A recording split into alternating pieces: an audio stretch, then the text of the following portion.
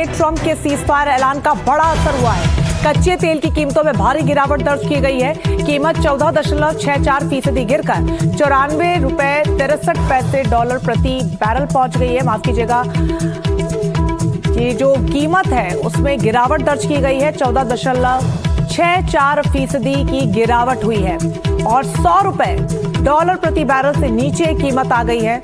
ये अपने आप में एक बड़ी खबर है और इसी को लेकर चिंता लगातार जाहिर की जा रही थी कि ये जो कीमतें अगर बढ़ेंगी तो इसका असर भविष्य में और भी ज्यादा गंभीर हो सकता है। लेकिन जैसे ही अमेरिकी राष्ट्रपति ने सीजफायर का ऐलान किया, उसके बाद ये बड़ी गिरावट दर्ज की गई जो कि 14.64% की है। और ये आंकड़ा बड़ा इसलिए है क्योंकि $100 प्रति बैरल के नीचे युद्ध की स्थिति में पहली बार ये कीमतें आई हैं।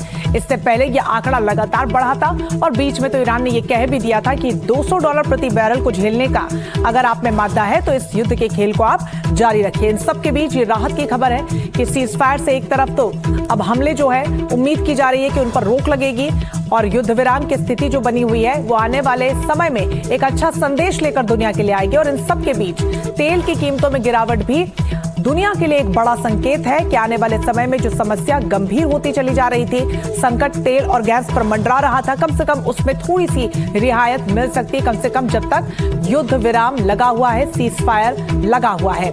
तो कीमत जो कम हुई है, आपको बता दें कि $100 प्रति बैरल से कम हुई है और 14.64% की इसमें गिरावट दर्ज की गई है।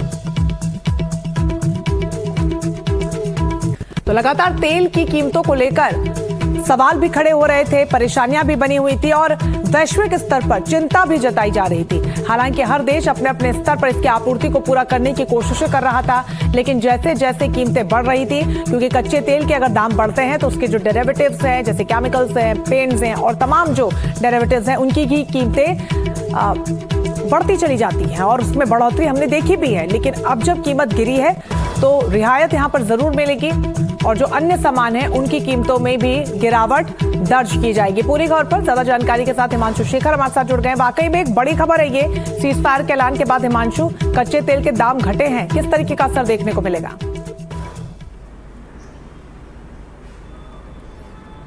देखिए, निश्चित तौर पर सकारात्मक असर होगा क्योंकि पिछले 40 दिन से हमने देखा है कि मध्य पूर्व एशिया में जो युद्ध जारी है उसकी वजह से दुनिया भर की स्टॉक मार्केट में जो है वो वहां पर इन्वेस्टर्स बहुत चिंतित थे और नया निवेश की प्रक्रिया जो है वो धीमी पड़ती जा रही थी क्योंकि ग्लोबल सप्लाई चेन्स जो है वो पूरी तरह से टूट गए थे, विशेषकर क्रूड ऑयल और गैस के सेक्टर में। और इसलिए आज जब ये खबर आई है 2 हफ्ते के सीजफायर को लेकर, सबसे पहले कच्चे तेल के बाजार में इसका असर दिखा है, जो कि एक बहुत ही महत्वपूर्ण इनपुट होता है दुनिया भर की अर्थव्यवस्था को चलाने के लिए।